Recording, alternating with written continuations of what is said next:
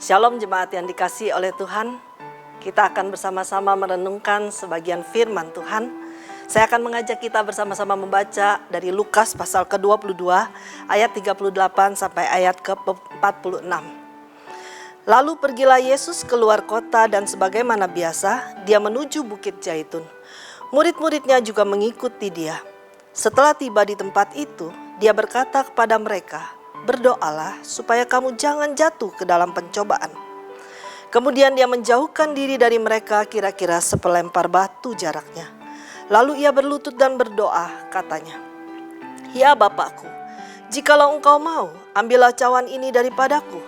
Tetapi bukanlah kehendakku, melainkan kehendakmu lah yang terjadi." Maka seorang malaikat dari langit menampakkan diri kepadanya untuk memberi kekuatan kepadanya. Dia sangat ketakutan dan makin bersungguh-sungguh berdoa. Peluhnya menjadi seperti titik-titik darah yang bertetesan ke tanah. Lalu ia bangkit dari doanya dan kembali kepada murid-muridnya. Tetapi ia mendapati mereka sedang tidur karena duka cita. Katanya kepada mereka, "Mengapa kamu tidur? Bangunlah dan berdoalah, supaya kamu jangan jatuh ke dalam pencobaan." Bapak Ibu yang terkasih, hari ini kita mengenang pengorbanan Kristus di kayu salib. Sebuah pengorbanan yang besar bagi kita. Karena dia yang tidak berdosa dijadikan pendosa. Dia yang tidak bersalah dijadikan sebagai pesakitan. Yesus tidak seharusnya mengalami penderitaan dan penghukuman ini. Manusialah yang seharusnya menanggung semua itu. Saudara dan saya yang pantas mendapatkan murka Allah. Karena kita hidup di dalam dosa yang membawa kita kepada ketidaktaatan. Selalu menentang kebenaran.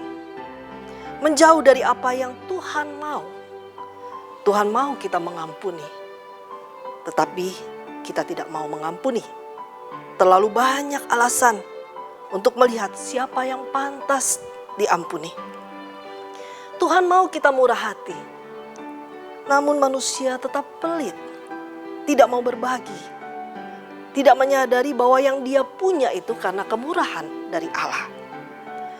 Tuhan mau kita mengasihi tanpa syarat. Namun kita juga tidak mau melakukan itu. Kita memilih, kita melihat siapa yang harus kita kasihi. Apakah dia baik kepada kita, apakah dia pantas untuk kita kasihi, dan sebagainya.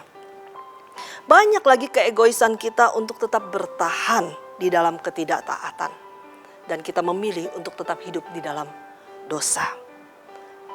Karena semua itu Bapak Ibu yang terkasih, Yesus memberikan dirinya, menanggung semua ketidaktaatan manusia, membuatnya bergumul dan berdoa di Taman Getsemani. Dia menyadari penghukuman yang berat akan diterimanya. Dia tahu ketidakadilan harus dia terima.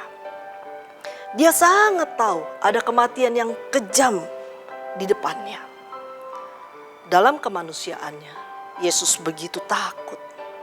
Dia gemetar, dia cemas. Sampai-sampai malaikat harus datang untuk memberikan kekuatan kepadanya. Dia bertanya, apakah ada cara lain? Apakah boleh cawan ini berlalu daripadaku? Bapak Ibu yang terkasih, mari kita coba membayangkan jika kita dalam posisi yang demikian.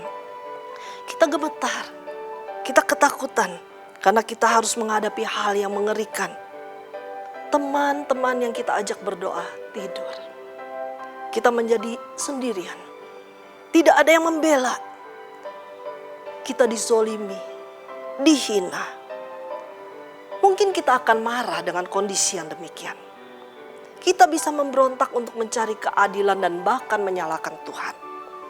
Tetapi Yesus, meskipun dia bisa memanggil ribuan malaikat untuk membela dia, membebaskan dia, tetapi dia tidak lakukan itu.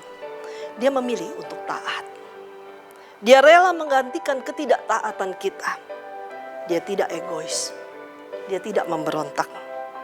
Di dalam doanya dia berkata, "Kalau boleh, cawan ini diambil. Tetapi bukan kehendakku. Biarlah kehendakmu yang terjadi."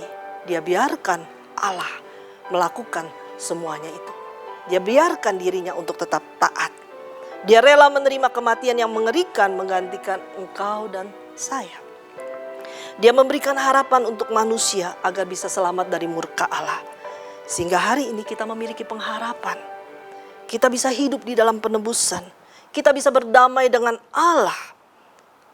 Kiranya anugerah yang kita terima membuat hidup kita bisa lebih setia.